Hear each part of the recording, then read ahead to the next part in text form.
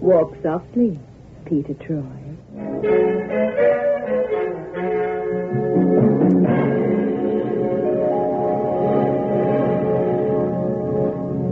And now, Peter Troy investigates the repentant redhead.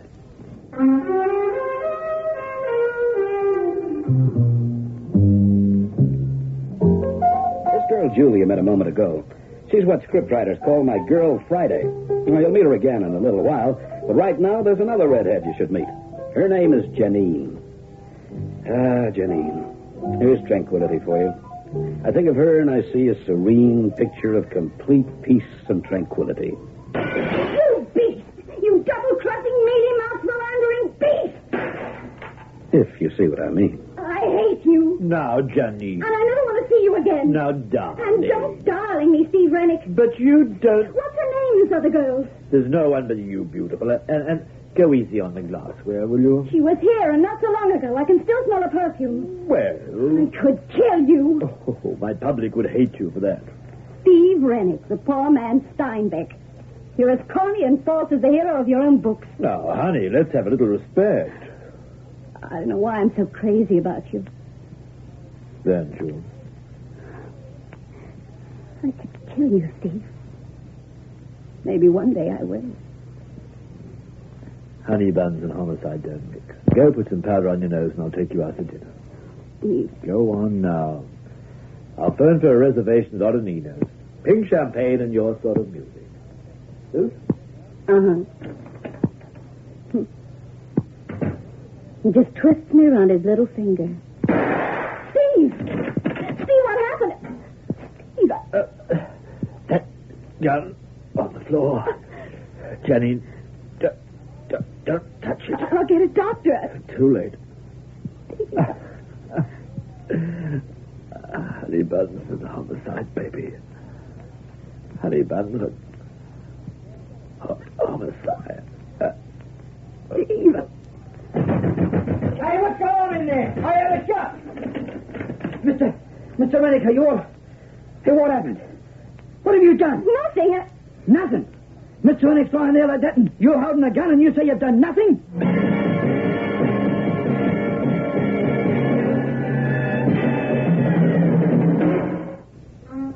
It was Peter Cheney, was Earl Stanley Garner, and the late unlamented Steve Rennick.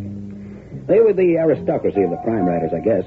But now Steve Rennick was the central character in a real live murder story. A single mundane bullet had ended his career. And the primary suspect? Oh, she was slick, all right. Janine Lee, a very repentant redhead who urgently needed the services of Peter Troy. I didn't do it, Mr. Troy. I swear I didn't do it. When the janitor broke in, you were in the apartment alone with him, and you were holding the gun that killed him, Miss Lee. And you want Mr. Troy to believe you didn't do it? Now, take it easy, Julie. Oh, Pete, you can't afford to take this case. The way things are, I can't afford not to. I'm offering you a sizable piece of money, Mr. Troy, to find out who really did kill Steve Rennick. Okay, make with a pencil, Julie. Get all this on paper. Oh.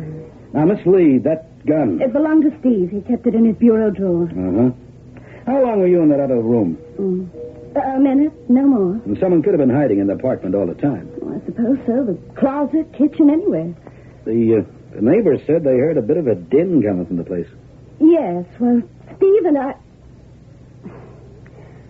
I was having an argument with him. With milk glass vases? Well, I got carried away. What was the argument about? Women. So? Steve was my man. But he played around. Yes. Names? I don't know. Now, come on, Miss Lee. You want some help? Okay, cooperate.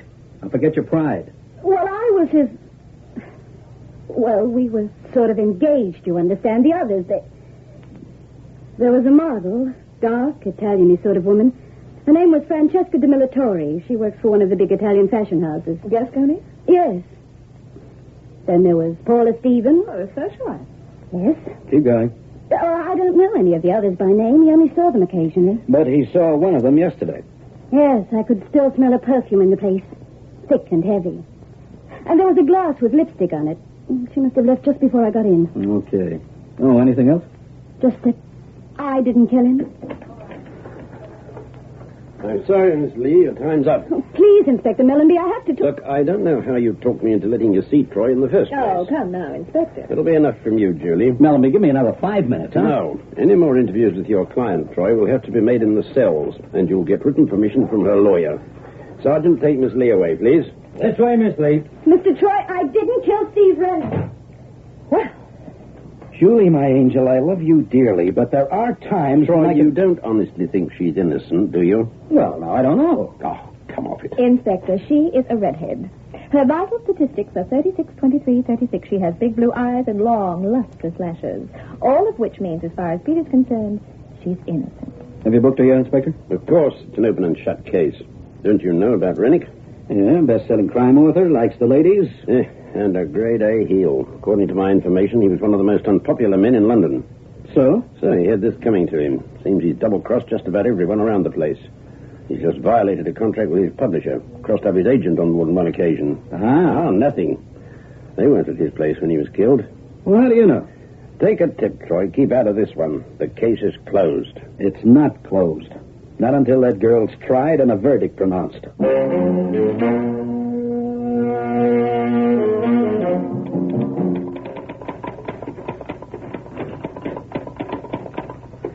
Can I help you? I'd like to speak to Mr. Troy, please. Hmm? My name's Melissa Morgan. I'm the director of the Morgan Publishing Company. Oh. Well, don't look so startled. I'm sorry, Miss Morgan. It's just that, well, frankly, I can't visualize you sitting behind a company director's desk. That's unfortunate. But may I see Mr. Troy? It's about the Rennick case. We were his publishers. Oh. Yes, of course. Excuse me a moment. Peter, there's a Miss Morgan here to see you, a director of the Morgan Publishing Company. Oh, that's nice. Send her in. You may go in now, Miss Morgan. Thank you.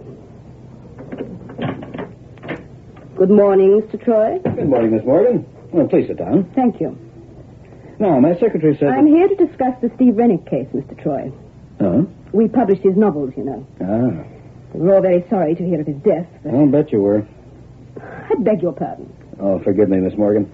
I've been a private investigator a long time. It makes you cynical, you know? I don't understand. I'm investigating the case on behalf of Miss Janine Lee. Yes, I know that. I've been making a lot of inquiries. And I heard that Steve Rennick was about to drop the Morgan Publishing Company, so? which means you'd have lost the residual rights to his novels.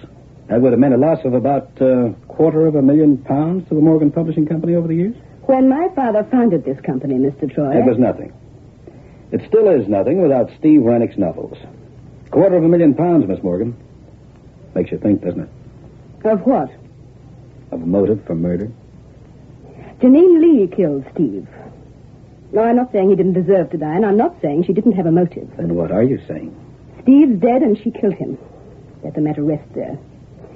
Don't go digging around for any other motives, Mr. Troy. None exist. Well, now, I'd like proof of that. The police are satisfied. You should be, too. And if I'm not?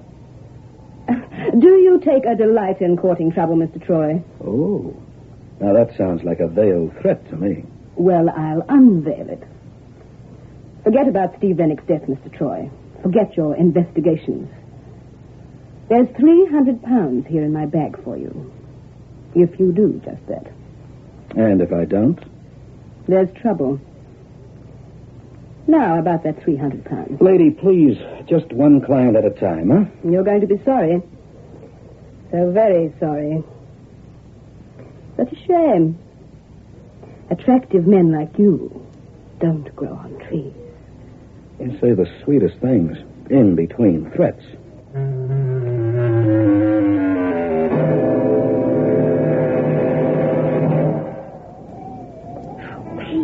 I can't stand heights, and I'm darn sure this fire escape isn't safe. Now, just hold tight, Julie. I'll have this window open in a minute.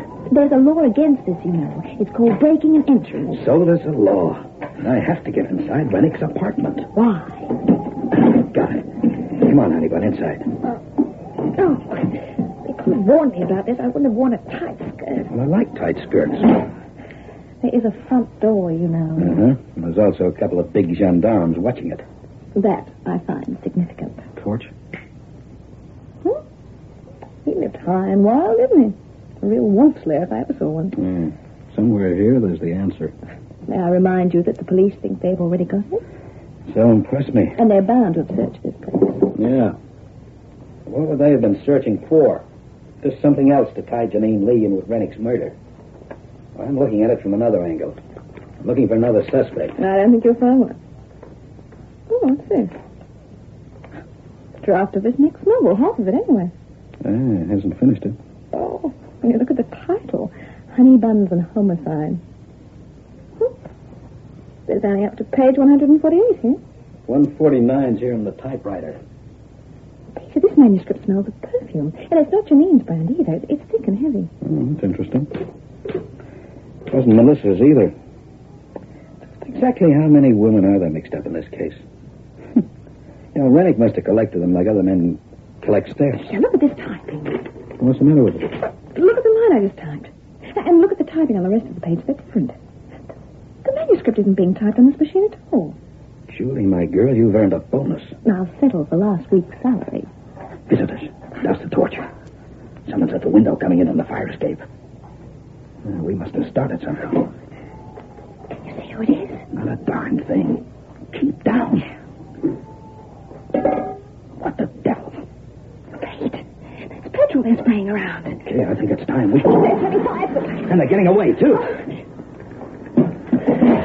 Oh, Peter, we're trapped. The flames are all around the window. The front door, come on. Torch. Oh, I've dropped it. Well, this way, the front door's over here. Julie. The door's locked. Of course.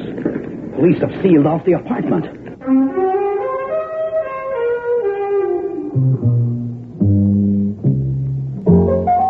You can be certain of one thing.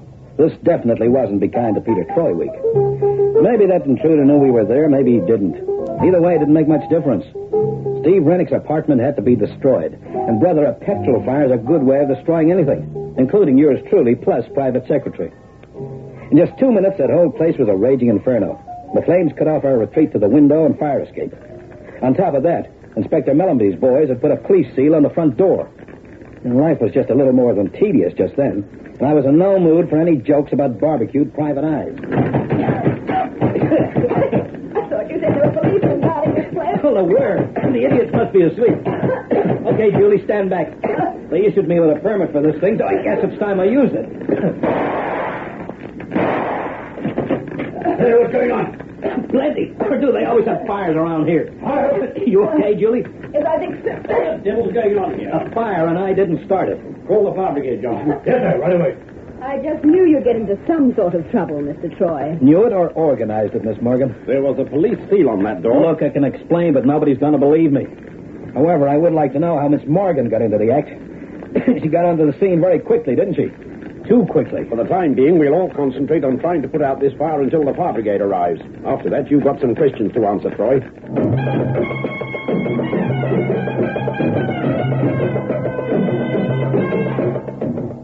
You expect me to believe a cock and bull story like that, Troy? Yes. It happens to be the truth. This intruder of yours, was it male or female? I couldn't tell. The room was in darkness. Anyway, they didn't actually come into the room, Inspector. Just shoved up the window and poured petrol over the carpet. Well, I don't think there was any intruder. I think this is all a figment of their very fertile imagination. Now, don't you start. I'd still like to know what you were doing on the scene, Miss Morgan. She was with me, Troy. She'd requested permission to get Rennick's half-finished manuscript. Honey Buns and Homicide. What's that? Well, that was the title of it. Just a minute. Oh, something wrong? I don't know. Just a minute. Yes, listen to this. This is a copy of Janine Lee's statement after we arrested her. Steve Rennick's last words were, "Too late, honey buns and homicide, baby.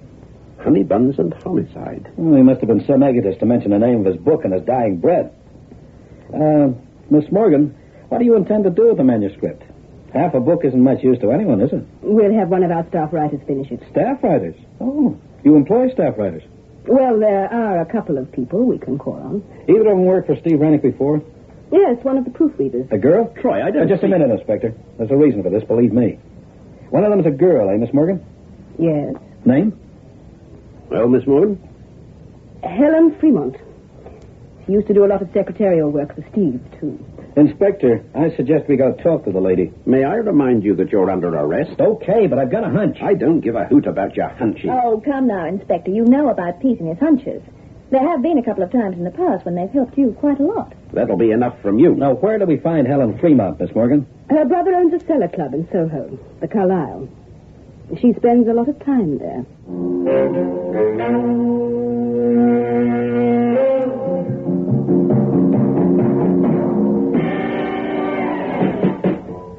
I'm sorry, Mr. Troy. We don't open till 6. I'm not a customer, Mr. Fremont. I just wanted to have a chat with your sister. Helen is here, isn't she? Who wants to know? Peter Troy. Just tell her it's about Janine Lee and Steve Rennick. She'll understand. Now, look. Tell her. I'll be watching you, Troy. You do that.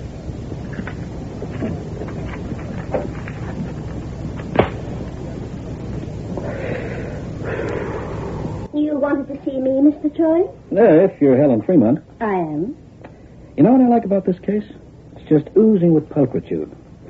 You know what pulchritude means? It means feminine glamour. Then, of course, you know what the word means. After all, you're a writer, aren't you? Hardly. Oh, but I hear different. What do you want? The truth.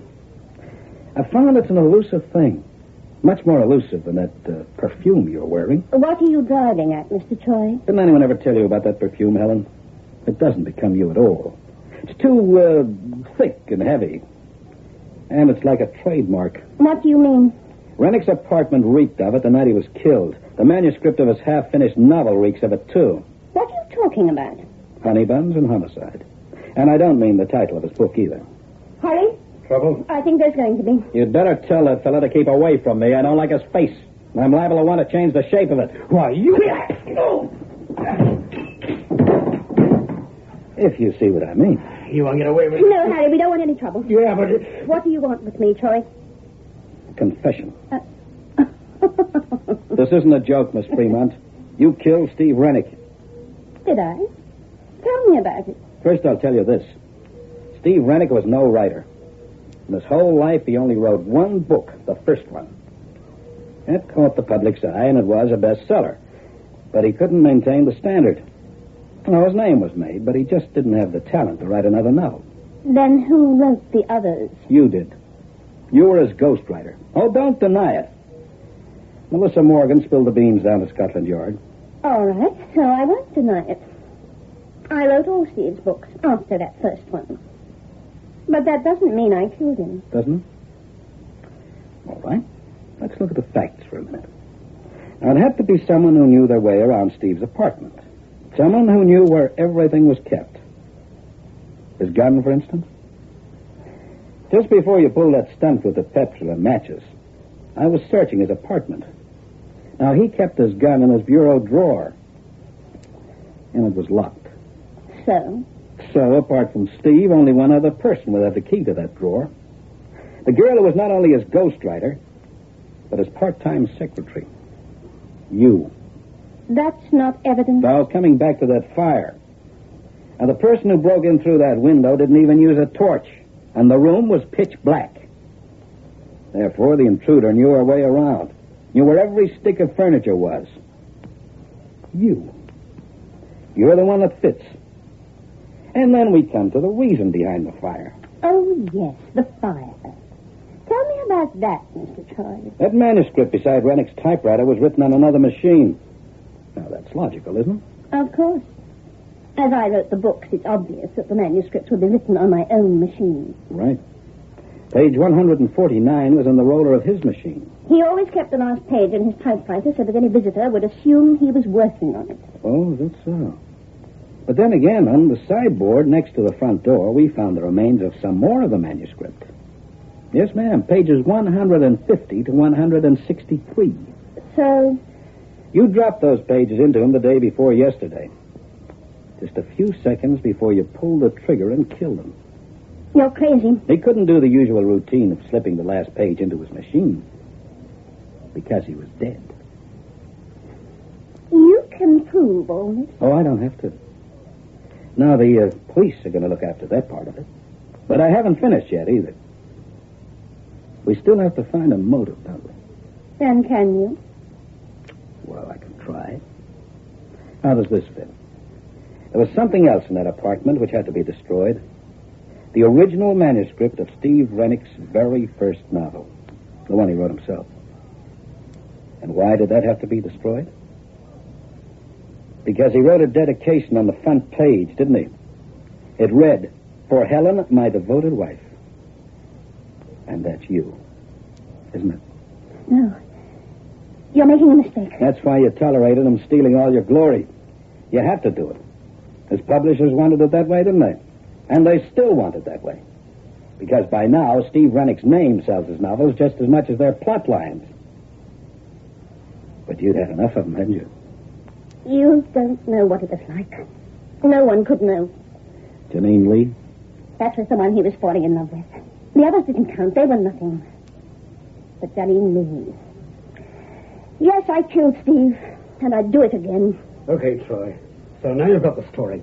I sure have, Buster. But you're not going to live to repeat any of what you just found out. Harry, don't be a fool. Put away that Out of the way, Helen. Steve got everything he deserved. And now this nosy Drop private... that gun, Fremont. Why, you... Police, drop that gun.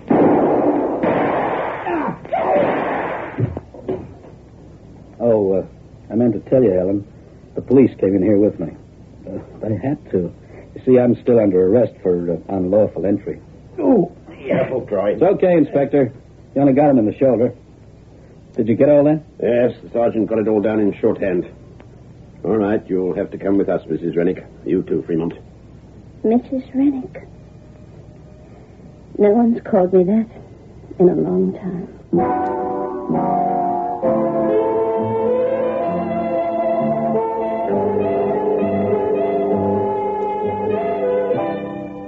Just to tie up the ends for you, Helen was in Steve's apartment all the time. All the time Janine was there anyway. She heard the row, every word of it. And that was the final straw. She'd already taken his gun, so the thought of killing him wasn't a new one. As soon as Janine went into the other room to powder her nose, Helen came on out of the closet, shot Rennick, threw the gun on the floor, and lit out, leaving the repentant redhead to take the rap. As for the fire, well, it was the only way she could get rid of that evidence without attracting suspicion to herself. And as for Melissa Morgan, well, she wanted the secret kept. Her company had too much at stake. She wasn't at all keen on having me delving around looking for the truth. I was bound to find out about Helen Rennick being Steve's ghost. Well, what with ghosts and gals and honey buns and homicide, it was quite a case, wasn't it?